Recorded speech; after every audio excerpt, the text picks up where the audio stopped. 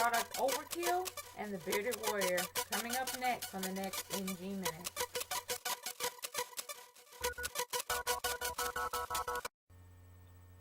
Welcome everyone to another NG Minute number 10. I am the Nature Girl 30 and this is the highlights and lowlights of SmackDown and TNA Impact. Now honestly, there's really nothing much to talk about TNA Impact except the possible return of the main event Mafia. Not that I really know much about them, but if it actually brings a lot more interest into the show and they take out the Aces and Eights, I am all for that. Seriously. Now, moving on to SmackDown, because SmackDown is the go-home show for Payback. Pretty much everything is all wrapped up. They have practically all of the matches posted on the card. They may add a few more. But let's talk about what happened on SmackDown tonight. I have to say that it is interesting how the Shield lost their first match.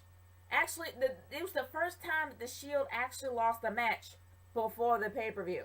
Now, honestly, it would be a lot more triumphant, in my opinion, if they actually did not lose on the go-home show. It would have made more sense, and it would have been better for Daniel Bryan, even though Daniel Bryan's way put over.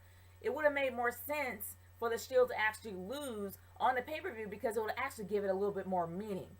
But then it also makes me wonder, is it given that the entire match was geared to making Daniel Bryan go over, but Daniel Bryan was already over with the Yes chant.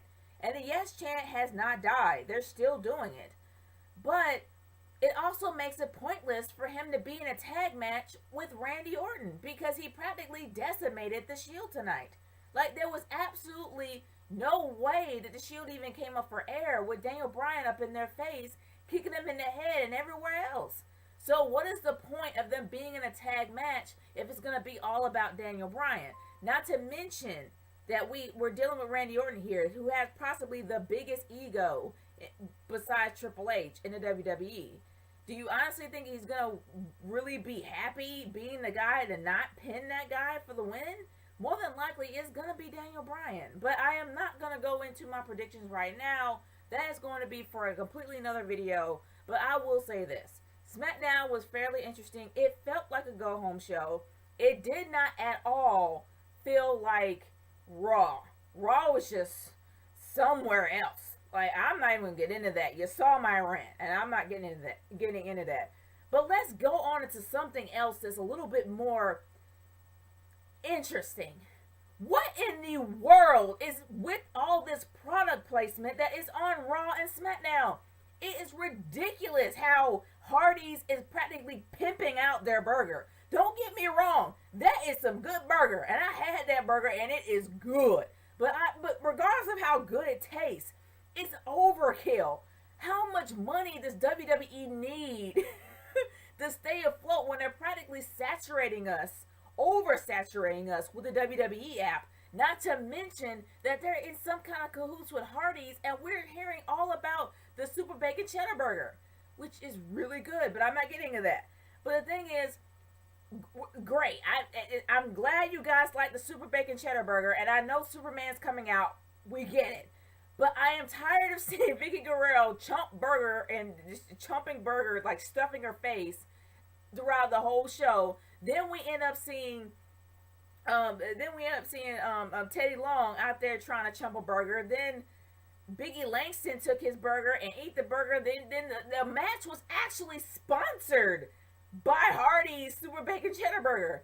And it's like, what? I mean, how bad do you need money for you to absolutely pimp out Hardee's Super Bacon Cheddar Burger? And as you can see, I can actually remember the name of that burger, Super Bacon Cheddar Burger, because I've heard it about 1,000 times. I don't know about you, but in my humble opinion, it is product overkill. And then usually when you have so much product placement in your videos or product placement on your shows, those people are sponsoring you and giving you money. So how broke are you, WWE, really? But anyway, guys, this is the end of the NG Minute. I want to hear what you guys feel about TNA with the main event Mafia coming back. Not that I really care, but I also want to hear what you guys feel about the Go Home show and the excessive product placement that has been going on in WWE lately, as well as the WWE app and a super bacon cheddar burger. I want to hear what you guys have to say about that.